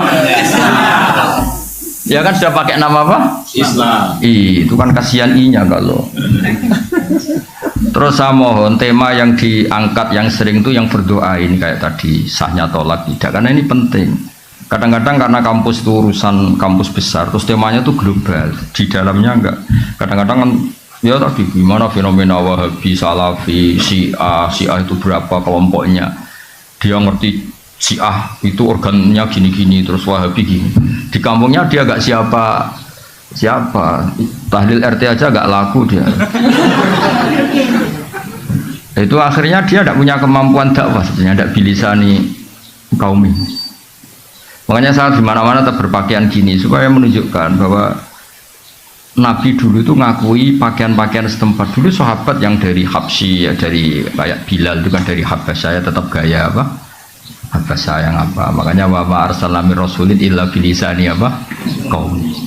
Sehingga kadang-kadang Nabi itu pakai bahasa yang ke Jawa itu tidak siap. Misalnya Nabi kalau ngandani orang nyun sewu kadang bilang wailak waihak, di bahasa Arab itu biasa. Tapi ke Jawa nak mana ini kan bingung. Nabi itu orangnya sopan kok bilang wailak waihak. Itu kultur. Kultur itu nggak bisa diterjemahkan tuh sopan apa gak sopan kultur. Kayak orang Jawa Timur kalau orang Jogja bilang saya itu gak siap. Itu Gus ketemu orang Jawa Timur. Masa ketemu kancan loh? Kon jauh urip toh. Itu coba kalau bayangkan kalau ada itu orang Jogja kan aneh betul bahasa itu. Saya itu kan lama kerja di Jogja. Saya punya teman di kantor itu rata-rata orang Jogja, ada orang Jawa Timur. Wah, itu mesti gak sambung. Lho bojomu cek iki orang Bu Ijo loh. Itu di Jawa Timur gak tersinggung ya? Biasa kan? Dia pertombokan iya. Ya di Arab ya sama kira-kira bayangkan gitu. Wailak wailak itu gak perlu diartikan sopan tidak sopan. Loh Nabi itu pernah ya bilang gini, bukankah orang masuk neraka itu karena lisannya? Itu orang Arab protes. Masa Nabi karena omongan saja kok masuk apa? Zaman itu awal-awal Islam. Nabi ngendikan apa? Sakilat ka umuk. Cek siale mbok mudi anak koyo ora pahaman. Jelas di semua itu kalimatnya Nabi sakilat ka umuk. Cek siale mbok mudi anak kowe gak pahaman. Tapi tadi yang kultur itu kata ulama-ulama nggak usah dianalisis ini sopan apa tidak sopan karena kultur tertentu begitu. Apa mana jenis wong belah orang-orang laut itu kadang misal itu kayak salam mana? Ya, kalau orang Jawa Timur paham sekali guys ya. Ini kan pura-pura khusyuk semua. Ya kan biasa kan? Betul, apalagi Surabaya. Loh kadang. Iya mau sok misal kancane kayak salam.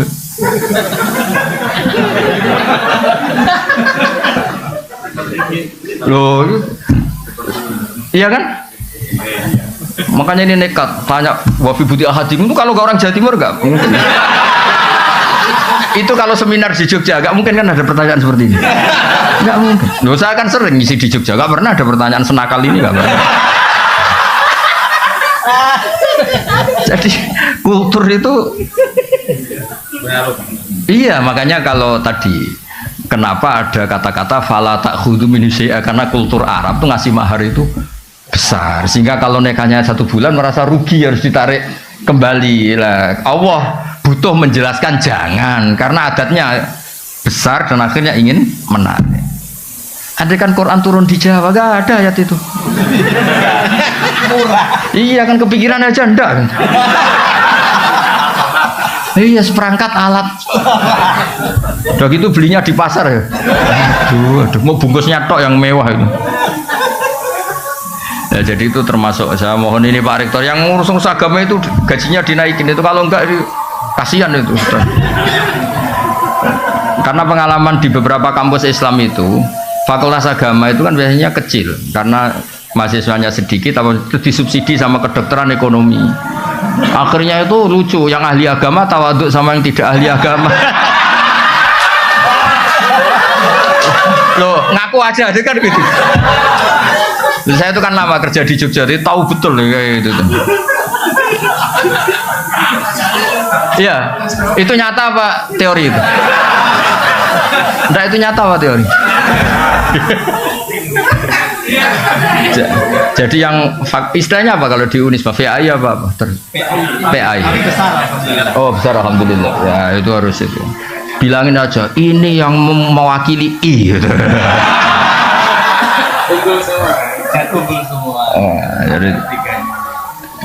Jadi harus serius itu jangan. Ya ngoten mugi-mugi barokah. Assalamualaikum warahmatullahi wabarakatuh.